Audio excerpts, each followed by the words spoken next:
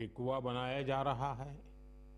जगह जगह घाट सज रहे हैं।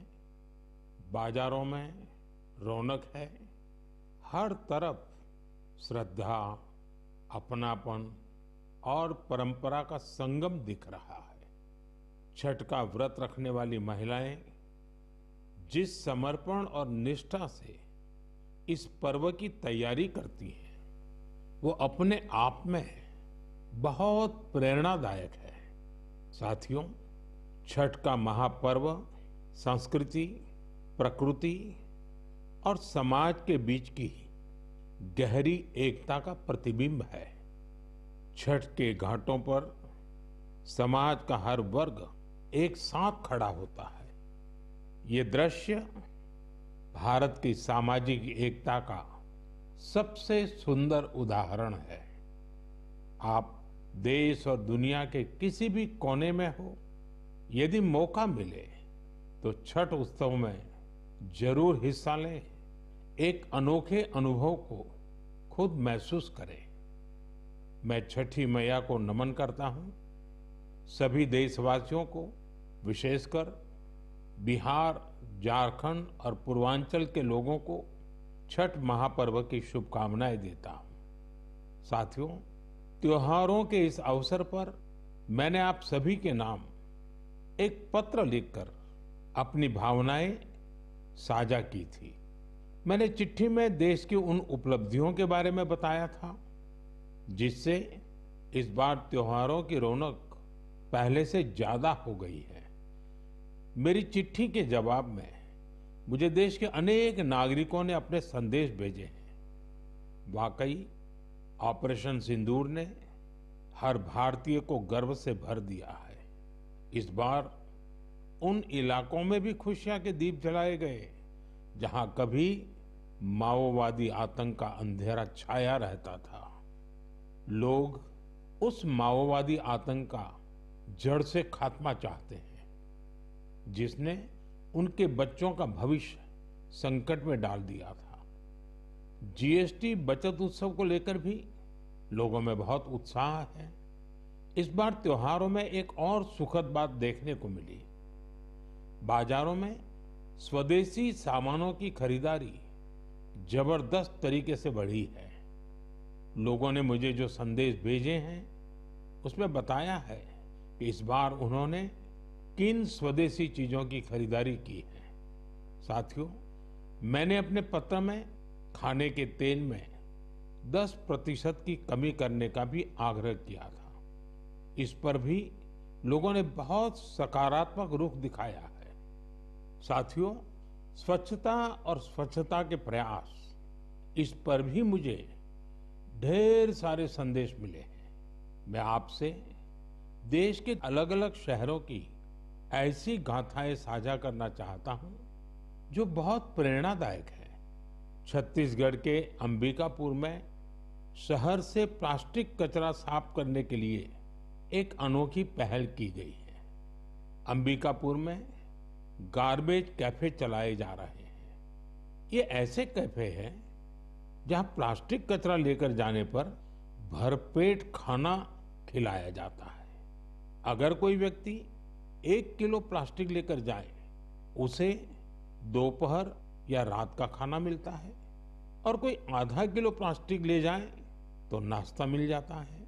ये कैफे अंबिकापुर म्युनिसिपल कॉरपोरेशन चलाता है। साथियों, इसी तरह का कमाल बेंगलुरु में इंजीनियर कपिल शर्मा जी ने किया है। बेंगलुरु को झीलों का शहर कहा जाता है और कपिल जी ने यहाँ झीलों को नया जीवन देने का अभियान शुरू किया है। कपिल जी की टीम ने बेंगलुरु और आसपास के इलाकों में 40 कुओं और 6 झीलों को फिर से जिंदा कर दिया है। खास बात तो ये है कि उन्होंने अपने मिशन में कॉरपोरेट्स और स्थानीय लोगों को भी जोड़ा है। उनकी संस्था पेड़ लगाने के अभियान से भी जुड़ी है। साथियों, अंबिकापुर और बेंगलुरु ये प्रेरक उदाहरण बताते हैं कि जब ठान लिया जाए तो बदलाव भी आकर के ही रहता है। साथियों, बदलाव के एक और प्रयास का उदाहरण मैं आपसे साझा करना चाहता हूं। आप सब जानते हैं, जैसे पहाड़ों पर और मैदानी इलाकों में जंगल होते हैं, ये जंगल मिट्टी को बांधे रहते हैं। कुछ वैसी ही अहमियत समंदर के किनारे मैंग्रोव की होती है। मैंग्रोव समुद्र के खारे पानी और दलदली जमीन में उगते हैं और समुद्री इकोसिस्टम का एक अहम हिस्सा होते हैं। सुनामी या साइक्लोन जैसी आपदा आने पर ये मैंग्रोव बहुत मददगार साबित होते हैं। साथियों, गुजरात के वन विभाग ने मैंग्रोव के इस महत्व को समझते हुए खास मुहिम चलाई हुई है। 5 साल पहले वन विभाग की टीमों ने अहमदाबाद के नजदीक धौलेरा में मैंग्रोव लगाने का काम शुरू किया था और आज धौलेरा तट पर 3,500 हेक्टेयर में मैंग्रोव फैल चुके हैं।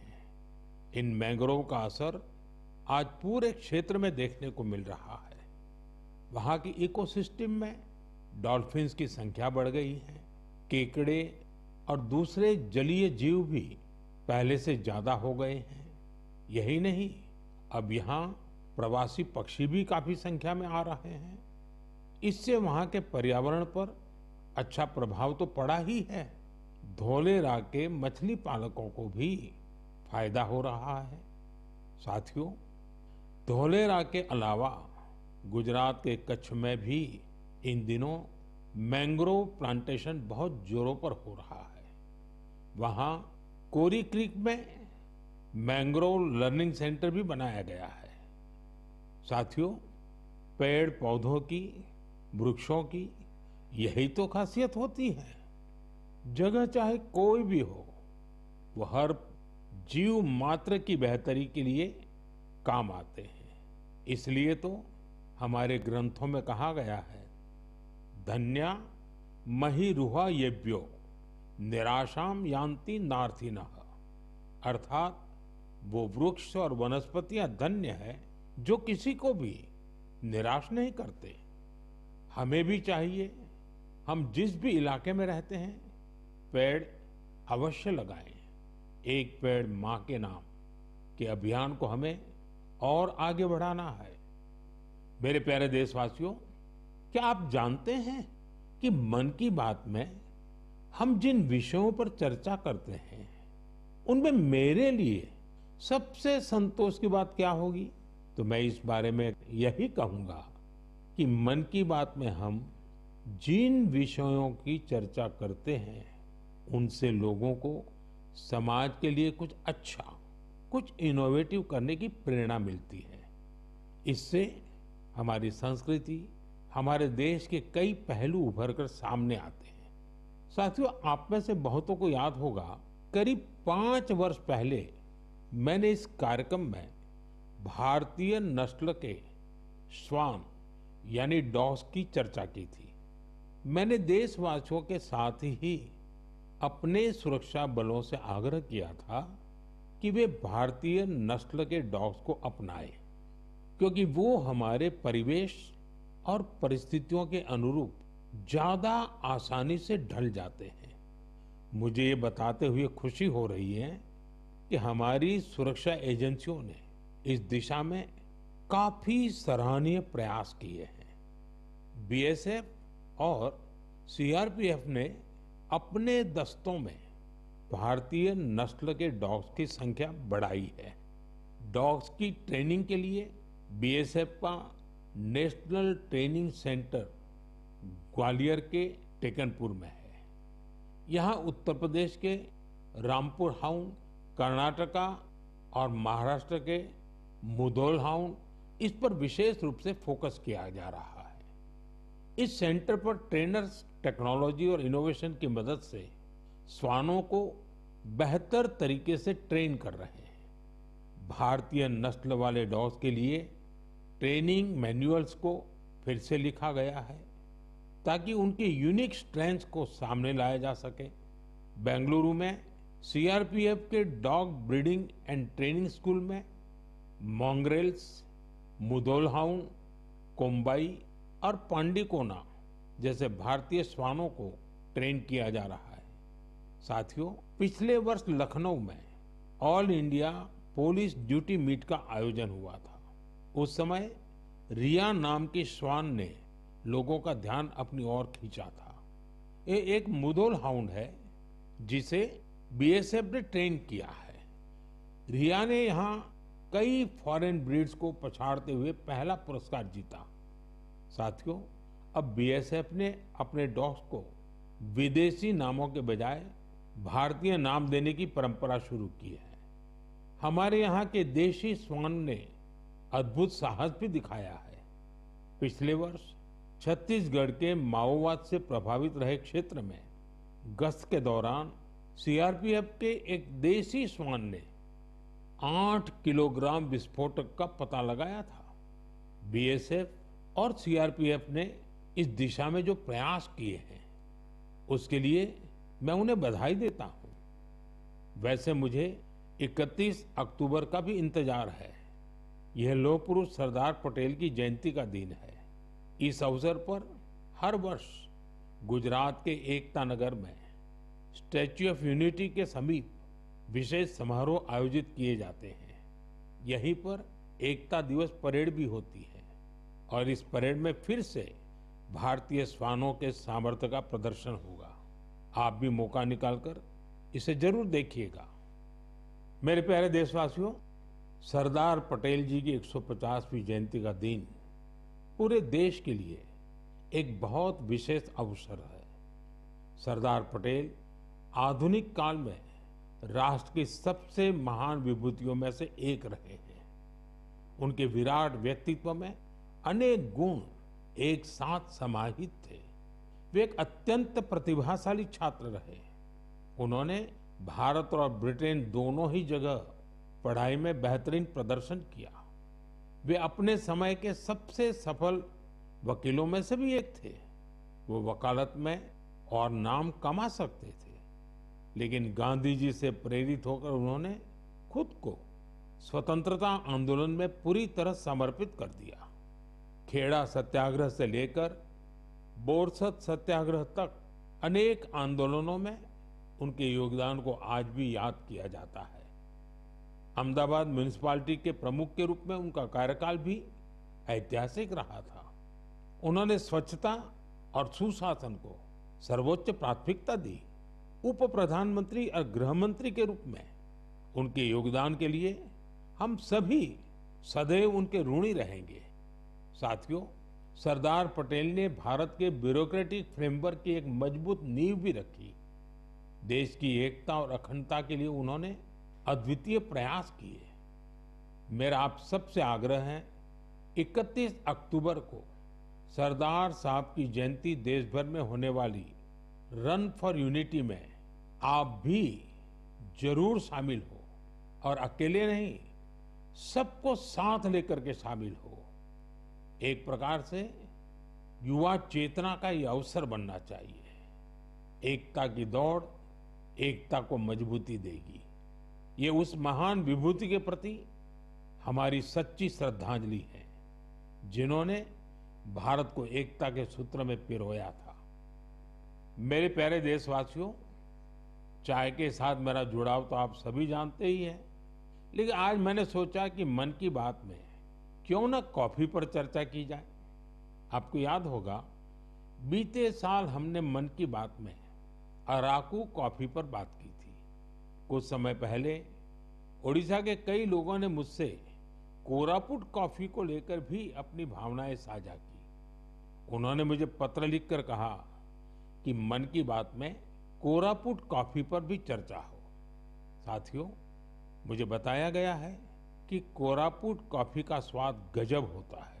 और इतना ही नहीं, स्वाद तो स्वाद, कॉफी की खेती भी लोगों को फायदा पहुंचा रही है। कोरापुट में कुछ लोग ऐसे भी हैं जो अपने पैशन की वजह से कॉफी की खेती कर रहे हैं। कॉरपोरेट वर्ल्ड में अच्छी खासी नौकरी करते थे, लेकिन वो कॉफी को इतना पसंद करते हैं कि इस फील्ड में आ गए और अब सफलता से इसमें काम कर रहे हैं। ऐसी कई महिलाएं भी हैं जिनके जीवन में कॉफी से सुखद बदलाव हुआ है। कॉफी से उन्हें सम्मान और समृद्धि दोनों हासिल हुई है। सच ही कहा गया है, कोरापुट कॉफी अत्यंत सुस्वादु, एहा ओडिशारा गौरव। साथियों, दुनिया भर में भारत की कॉफी बहुत लोकप्रिय हो रही है। चाहे कर्नाटका में चिकमंगलूर, कुर्ग और हासन हो, तमिलनाडु में पुलनी, शेवरॉय, नीलगिरी और अन्नामलाई के इलाके हो, कर्नाटका तमिलनाडु सीमा पर बिलिगिरी क्षेत्र हो, या फिर केरला में वायनाड, त्रावणकोर और मालाबार के इलाके, भारत की कॉफी की डाइवर्सिटी देखते ही बनती है। मुझे बताया गया है कि हमारा नॉर्थ ईस्ट भी कॉफी कल्टीवेशन में आगे बढ़ रहा है। इससे भारतीय कॉफी की पहचान दुनिया भर में और मजबूत हो रही है। तभी तो कॉफी को पसंद करने वाले कहते हैं, India's coffee is coffee at its finest. It is brood in India and loved by the world. मेरे प्यारे देशवासियों, अब मन की बात में एक ऐसे विषय की बात जो हम सबके दिलों के बेहद करीब है। ये विषय है हमारे राष्ट्रगीत का। भारत का राष्ट्रगीत यानी वंदे मातरम। एक ऐसा गीत जिसका पहला शब्द ही हमारे हृदय में भावनाओं का उफान ला देता है। वंदे मातरम, इस एक शब्द में कितने ही भाव है, कितनी ऊर्जाएं हैं। सहज भाव में ये हमें मां भारती के वात्सल्य का अनुभव कराता है। यही हमें मां भारती की संतानों के रूप में अपने दायित्वों का बोध कराता है। अगर कठिनाई का समय होता है तो वंदे मातरम का उद्घोष 140 करोड़ भारतीयों को एकता की ऊर्जा से भर देता है। साथियों, राष्ट्रभक्ति, मां भारती से प्रेम, ये अगर शब्दों से परे की भावना है तो वंदे मातरम उस अमूर्त भावना को साकार स्वर देने वाला गीत है। इसकी रचना बंकिम चंद्र चट्टोपाध्याय जी ने सदियों की गुलामी से शिथिल हो चुके भारत में नए प्राण फूंकने के लिए की थी। वंदे मातरम भले ही 19वीं शताब्दी में लिखा गया था, लेकिन इसकी भावना भारत की हजारों वर्ष पुरानी अमर चेतना से जुड़ी थी।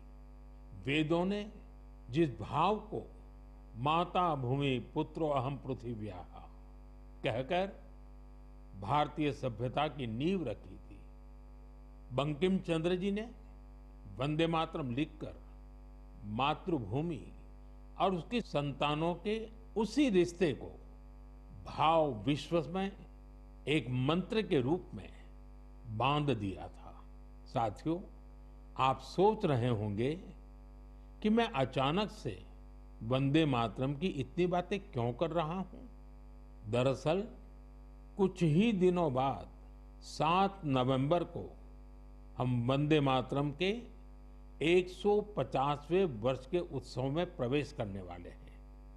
150 वर्ष पूर्व वंदे मातरम की रचना हुई थी और 1896 में गुरुदेव रविंद्रनाथ टैगोर ने पहली बार इसे गाया था। साथियों, वंदे मातरम के गान में करोड़ों देशवासियों ने हमेशा राष्ट्र प्रेम के अपार उफान को महसूस किया है। हमारी पीढ़ियों ने वंदे मातरम के शब्दों में भारत के एक जीवंत और भव्य स्वरूप के दर्शन किए हैं। सुजलाम सुफलाम मलयज शीतलाम शस्य श्यामलाम मातरम वंदे मातरम। हमें ऐसा ही भारत बनाना है। वंदे मातरम हमारे इन प्रयासों में हमेशा हमारी प्रेरणा बनेगा। इसलिए हमें वंदे मातरम के 150वें वर्ष को भी यादगार बनाना है। आने वाली पीढ़ी के लिए ये संस्कार सरिता को हमें आगे बढ़ाना है। आने वाले समय में वंदे मातरम से जुड़े कई कार्यक्रम होंगे, देश में कई आयोजन होंगे। मैं चाहूंगा हम सब देशवासी वंदे मातरम के गौरवगान के लिए स्वतः स्फूर्त भावना से भी प्रयास करें। आप मुझे अपने सुझाव #वंदे मातरम 150 के साथ जरूर भेजिए। #वंदे मातरम 150। मुझे आपके सुझावों का इंतजार रहेगा और हम सब इस अवसर को ऐतिहासिक बनाने के लिए काम करेंगे। मेरे प्यारे देशवासियों, संस्कृत का नाम सुनते ही हमारे मन मस्तिष्क में आता है हमारे धर्म ग्रंथ, वेद, उपनिषद, पुराण, शास्त्र, प्राचीन ज्ञान विज्ञान, अध्यात्म और दर्शन। लेकिन एक समय इन सब के साथ साथ संस्कृत बातचीत की भी भाषा थी। उस युग में अध्ययन और शोध संस्कृत में ही किए जाते थे। नाट्य मंचन भी संस्कृत में होते थे। लेकिन दुर्भाग्य से गुलामी के कालखंड में भी और आजादी के बाद भी संस्कृत लगातार उपेक्षा का शिकार हुई। इस वजह से युवा पीढ़ियों में संस्कृत के प्रति आकर्षण भी कम होता चला गया। लेकिन साथियों, अब समय बदल रहा है तो संस्कृत का भी समय बदल रहा है। संस्कृति और सोशल मीडिया की दुनिया ने संस्कृत को नई प्राणवायु दे दी है। इन दिनों कई युवा संस्कृत को लेकर बहुत रोचक काम कर रहे हैं। आप सोशल मीडिया पर जाएंगे तो आपको ऐसी कई रील्स दिखेगी जहां कई युवा संस्कृत में और संस्कृत के बारे में बात करते दिखाई देंगे। कई लोग तो अपने सोशल मीडिया चैनल के जरिए संस्कृत सिखाते भी हैं। ऐसे ही एक युवा कंटेंट क्रिएटर है भाई यश साळुंके। यश की खास बात यह है कि वो कंटेंट क्रिएटर भी है और क्रिकेटर भी हैं। संस्कृत में बात करते हुए क्रिकेट खेलने की उनकी रील लोगों ने खूब पसंद की है। आप सुनिए। पश्यतु अहं कथं क्रीडामि। देवराज सेव्यमान पावनांग्रि पंकजम् ज्ञानयज्ञ सूत्रमिन्दु शेखरं कृपाकरम्।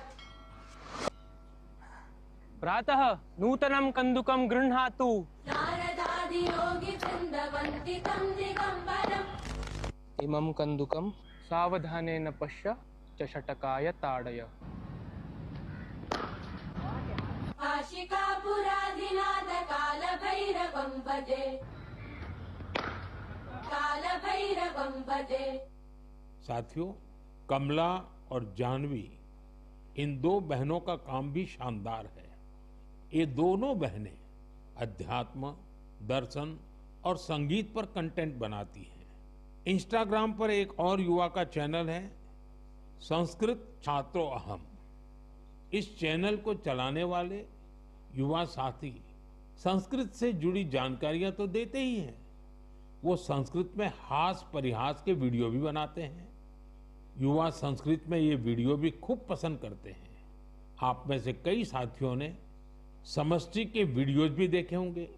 समष्टि संस्कृत में अपने गानों को अलग अलग तरह से प्रस्तुत करती है।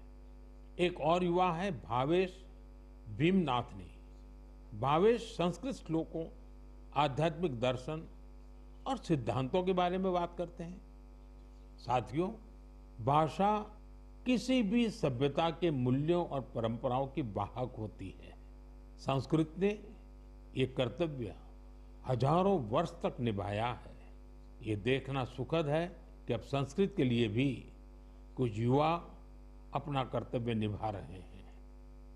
मेरे प्यारे देशवासियों, अब मैं आपको जरा फ्लैशबैक में लेकर चलूंगा। आप कल्पना करिए, 20वीं सदी का शुरुआती कालखंड। तब दूर दूर तक आजादी की कहीं कोई उम्मीद नजर नहीं आ रही थी। पूरे भारत में अंग्रेजों ने शोषण की सारी सीमाएं लांघ दी थी और उस दौर में हैदराबाद के देशभक्त लोगों के लिए दमन का दौर और भी भयावह था। वे क्रूर और निर्दयी निजाम के अत्याचारों को भी झेलने को मजबूर थे। गरीबों, वंचितों और आदिवासी समुदायों पर तो अत्याचार की कोई सीमा ही नहीं थी। उनकी जमीनें छीन ली जाती थी, साथ ही भारी टैक्स भी लगाया जाता था। अगर वे इस अन्याय का विरोध करते तो उनके हाथ तक काट दिए जाते थे। साथियों, ऐसे कठिन समय में करीब 20 साल का एक नौजवान इस अन्याय के खिलाफ खड़ा हुआ था। आज एक खास वजह से मैं उस नौजवान की चर्चा कर रहा हूं। उसका नाम बताने से पहले मैं उसकी वीरता की बात आपको बताऊंगा। साथियों, उस दौर में जब निजाम के खिलाफ एक शब्द बोलना भी गुनाह था, उस नौजवान ने सिद्दीकी नाम के निजाम के एक अधिकारी को खुली चुनौती दे दी थी। निजाम ने सिद्दीकी को किसानों की फसलें जब्त करने के लिए भेजा था, लेकिन अत्याचार के खिलाफ इस संघर्ष में उस नौजवान ने सिद्दीकी को मौत के घाट उतार दिया। वो गिरफ्तारी से बच निकलने में भी कामयाब रहा। निजाम की अत्याचारी पुलिस से बचते हुए वो नौजवान वहां से सैकड़ों किलोमीटर दूर असम जा पहुंचा। साथियों, मैं जिस महान विभूति की चर्चा कर रहा हूं, उनका नाम है कोमरम भीम। अभी 22 अक्टूबर को ही उनकी जन्म जयंती मनाई है। कोमरम भीम की आयु बहुत लंबी नहीं रही। वो महज 40 वर्ष ही जीवित रहे, लेकिन अपने जीवन काल में उन्होंने अनगिनत लोगों, विशेषकर आदिवासी समाज के हृदय में अमिट छाप छोड़ी। उन्होंने निजाम के खिलाफ संघर्ष कर रहे लोगों में नई ताकत भरी। वे अपने रणनीतिक कौशल के लिए भी जाने जाते थे। निजाम की सत्ता के लिए वे बहुत बड़ी चुनौती बन गए थे। 1940 में निजाम के लोगों ने उनकी हत्या कर दी थी। युवाओं से मेरा आग्रह है कि वे उनके बारे में अधिक से अधिक जानने का प्रयास करें।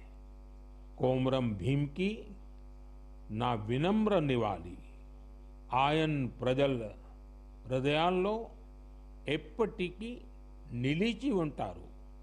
साथियों, अगले महीने की 15 तारीख को हम जनजातीय गौरव दिवस मनाएंगे। यह भगवान बिरसा मुंडा जी की जयंती का सुअवसर है।